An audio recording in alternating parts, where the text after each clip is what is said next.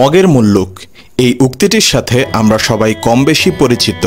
আমরা আমাদের দৈনন্দিন জীবনে কখনো না কখনো এই উক্তির ব্যবহার করেছি। কিন্তু এই মগ আসলে কি জিনিস?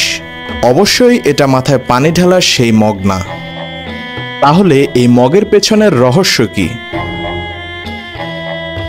মূলত আরাকান বা বর্তমানের মায়ানমার রাজ্যটি হলো মগদের দেশ। তার মানে আক্ষরিক অর্থে মায়ানমার হলো মগের মুল্লুক।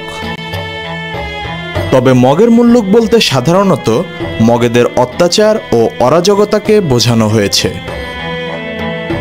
1625 সালের দিকে আমাদের বঙ্গভূমি ছিল খুবই সমৃদ্ধশালী।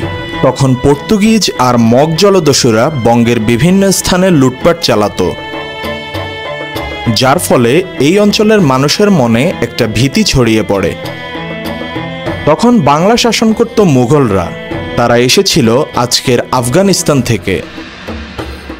সমুদ্র বা নৌপথে যুদ্ধ করার জন্য তাদের কাছে প্রয়োজনীয় সরঞ্জাম ছিল না। অন্যদিকে মগেরা ছিল ভয়ঙ্কর জলদস্যু। মুঘলরা তাদের সাথে যুদ্ধ করে কখনোই পেরে ওঠেনি। তখন খান ইরান ছিলেন ঢাকার সুবেদার। জানা যায় তিনি ছিলেন অত্যন্ত ভীতু একজন মানুষ, যার ফলে মগ জলদস্যুদের ভয়ে তিনি পালিয়ে যান। সেই সুযোগে মগেরা এই অঞ্চলে ইচ্ছেমতো লুটপাট, অত্যাচার ও নির্যাতন চালাত। মুঘল আমলের শেষের দিকেও তাদের এই অত্যাচার অব্যাহত ছিল। তারা পুরো বাংলার সাথে সাথে আসামেও অনেক অত্যাচার করত। 1824 সালের দিকে এই অত্যাচার চরম আকার ধারণ করে। তারপর তাদের সাথে সাধারণ মানুষদের যুদ্ধ হয়। 1824, 1852 এবং 1885 সালে 3টি বড় যুদ্ধ সংগঠিত হয়।